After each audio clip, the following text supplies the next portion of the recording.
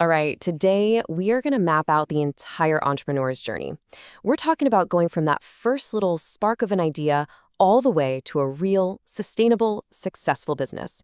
It's a path so many people dream of taking, but, actually navigating it successfully, that's a whole different story. So let's break down the steps.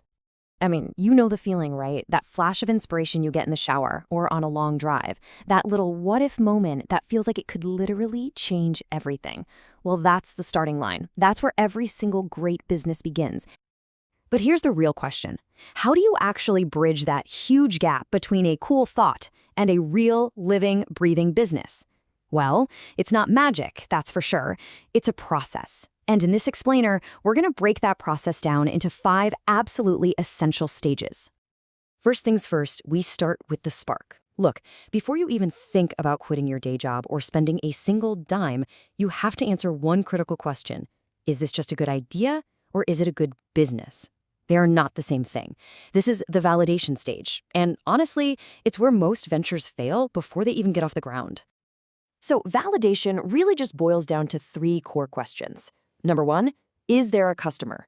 And I mean a real paying customer. This sounds so obvious, but you cannot just assume people want what you're selling. You have to get out there and talk to them. Number 2, is the timing right?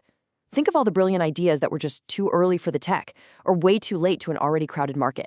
Timing is everything. And finally, can you actually make money doing this? A fantastic idea that consistently loses money isn't a business. It's just a very, very expensive hobby. Okay, so once you've confirmed your idea has real potential, it's time to build its skeleton. This is the blueprint stage. This is where we stop asking if this could work and start defining exactly how it's going to work. And right at the heart of your blueprint is something called the business model. Now, don't let that term scare you. It's really just the simple answer to 2 questions. How are you going to create value for your customers, and how are you going to get paid for doing it? That's it. It's the fundamental logic of your entire operation.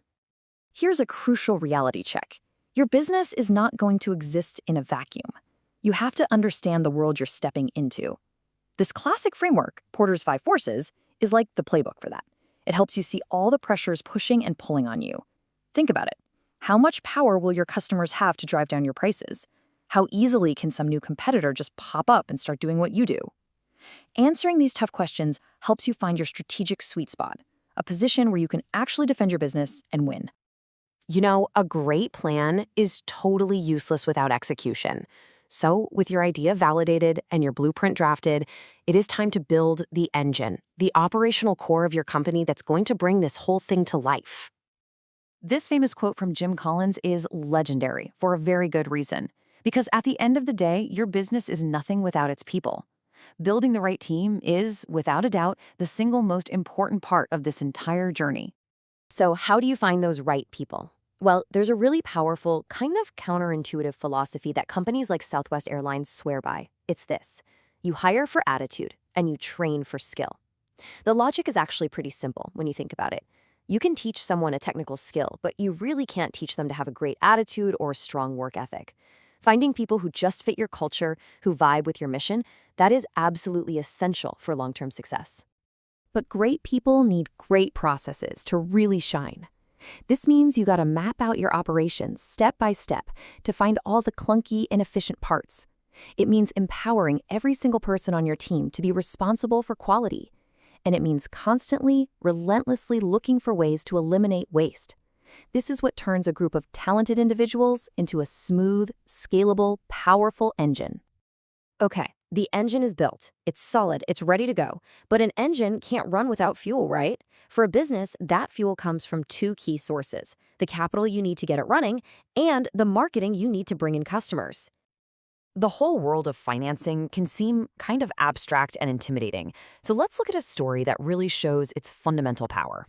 This is Mira from Bangladesh. For her, a life-changing business opportunity was locked away for one simple reason: a lack of capital. A small loan, part of a system called microcredit, made it possible for her to start a poultry farm. Her story is just such a powerful reminder that financing at any scale, from a few $100s to a few million, it isn't just about the numbers. It's about unlocking human potential. So once capital gets your engine started, marketing is what brings in the customers to keep it running. And a classic way to think about this is the 4 Ps. The key thing to remember is they're all connected. A great product is going to fail if the price is all wrong, and the perfect product and price are useless if customers can't find it in the right place. And of course, none of that matters without effective promotion. You've got to get these four elements working together in balance, and that's when you have a truly compelling offer.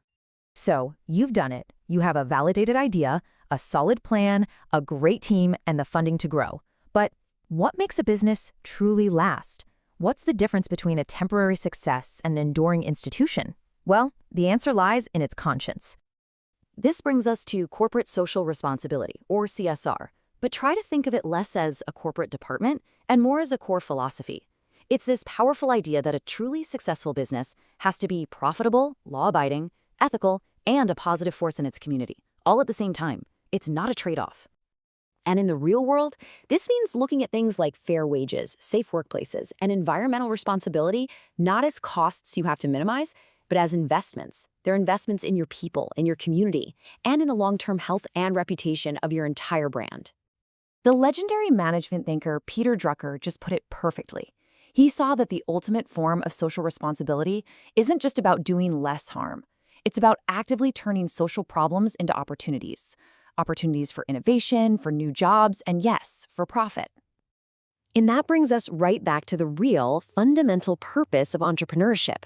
A business that's built to last doesn't just sell a product, it solves a problem. That is both the challenge and the incredible opportunity. So the question we want to leave you with is this: what problem will you solve?